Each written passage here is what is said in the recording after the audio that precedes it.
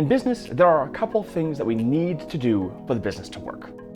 In the social business model canvas, we call these our key activities. In this episode of Strategy Made Simple, we're going to go through a couple examples of key activities that can be used and how it fits into the broader business model. We'll also be going through a case study of Mother Earth Recycling and how their activities fit with everything else. Welcome to Strategy Made Simple. So as I said in the introduction, for this episode, we're talking about key activities. These are the things that are essential for your business to run. We're not worried about every little thing that you might do because you need to do lots of things to run a business. But these are the ones that are essential to your business model specifically, the things that are really core to keeping things running. We're going to ignore doing things like bookkeeping, unless you're an accountant. We're going to ignore things like having staff meetings because that's assumed. We're instead going to be focusing in on those very specific things that apply to your business model. According to Osterwalder and Pinger, in business model generation, there are three major types of key activities. There are production activities, there are problem-solving activities, and there are network or platform maintenance activities. So first, we're going to talk about the production activities. These are activities where you make something. Whether it's physical, digital, doesn't really matter. The process of production is the important part for your business. For example, a social enterprise might be doing software development to help hospitals handle their HR more efficiently. There are also many that are in food service or catering, such as Sam's Place in Winnipeg, or Imaginability, who provides product packing services for product companies. So they go from loose product to product in sales boxes that are ready for store shelves and ready for shipment. Next, we have problem-solving activities. This is the world of consulting and reports, where information is the primary thing being handled. We have organizations like Plato Testing that provides software testing for other software companies, or Level It Up, which helps people on the autism spectrum learn the employment skills that they need to succeed in today's workforce. One of the main differences between production and problem-solving activities is that production activities are more consistent, they're stable, they're repeatable. Meanwhile, problem-solving activities often require new learning or customizations for each individual client. Finally, we can look at network and platform activities. These are the ones that revolve around creating an environment for other things to happen. The obvious examples in this category include things like Amazon and Apple's iTunes Store. But there are also more community-oriented networks that exist. For example, we have the Canadian Community Economic Development Network that exists to help bring people together to improve our community economic development practices and make sure that advocacy is spread throughout the country. When you're filling out the social business model canvas, the important part of the key activities is look at the other sections you've already made and consider what activities might be required to enable those other sections to exist. For example, if you have a key channel that you need to have maintained, what key activity might be involved in maintaining it? Especially when you're looking at value proposition.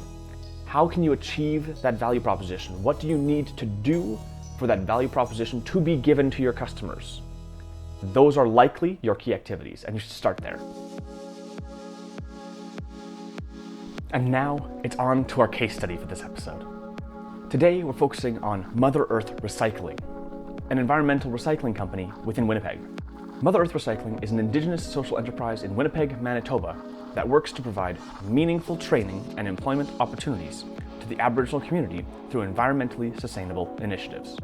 They were founded in 2012 in a partnership between the Niiganin Centre, the Centre for Aboriginal Human Resource Development, and the Aboriginal Council of Winnipeg as a place for community members to find training and job opportunities while providing a much needed service to the city, that being mattress and electronics recycling. We're going to start with the key activities and we're going to see how they connect with the other sections later. So the key activities are recycling the electronics and mattresses, naturally. They provide data destruction for old electronics to go with their e-waste program. They refurbish and repair old electronics for customers. They resell some of these refurbished items in their store, and they train employees as a key part of their social mission. Their employee training program involves a 6-month cycle after which they help them do resume writing and try to get placed in other jobs.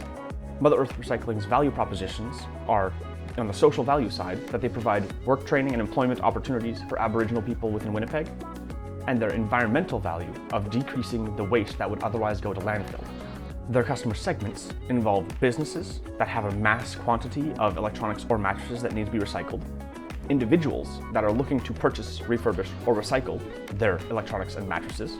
And on the social side, they need to be attracting trainees that they can put through the training program to achieve that part of their social mission. Their channels involve a partnership with a local landfill, pickup from residential and commercial locations, and drop off on site. The customer relationships depend on the scale at which they're working.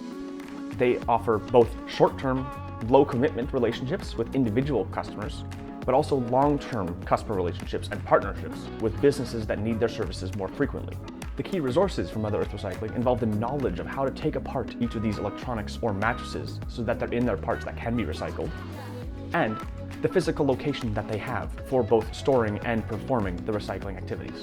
And finally, they also have the staff with this knowledge to perform the activities. Their key partners include the founding partners, Negan Centre for Aboriginal Human Resource Development, and Aboriginal Council of Winnipeg, the local governments, which provided $250,000 for employee training when they first started as a trial project, and businesses such as IKEA, with whom they're partnering to expand the offerings of the kinds of furniture that they can recycle. The main revenue streams for Mother Earth Recycling involve the services they provide for a fee. This includes data destruction and the recycling fee for mattresses, as well as revenue from sales from any refurbished equipment that they put in their store. And their costs involve rent and utilities with the physical recycling and storefront location, their employee salaries, and the unavoidable waste, the parts of the electronics or the mattresses that they just can't recycle and have to pay to dispose of. On the whole, Mother Earth Recycling provides an excellent example of how to fill a gap in a market. In Winnipeg, there was no option for recycling old mattresses before Mother Earth Recycling came in. They have been able to find this gap in the market and create activities that appropriately fill them and make sure that the value is provided. If you're in the Winnipeg area and you need to recycle an old mattress or you need to get rid of some old computers, consider calling up Mother Earth Recycling. Thank you for watching.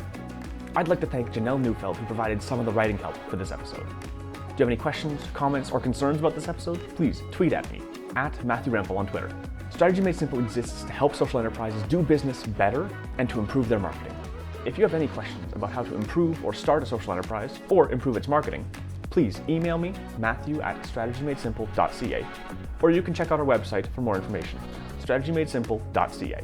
Strategy Made Simple also hosts a free community for social entrepreneurs and other people working in the social economy. It's called Social Economy Connect, and it's free to join.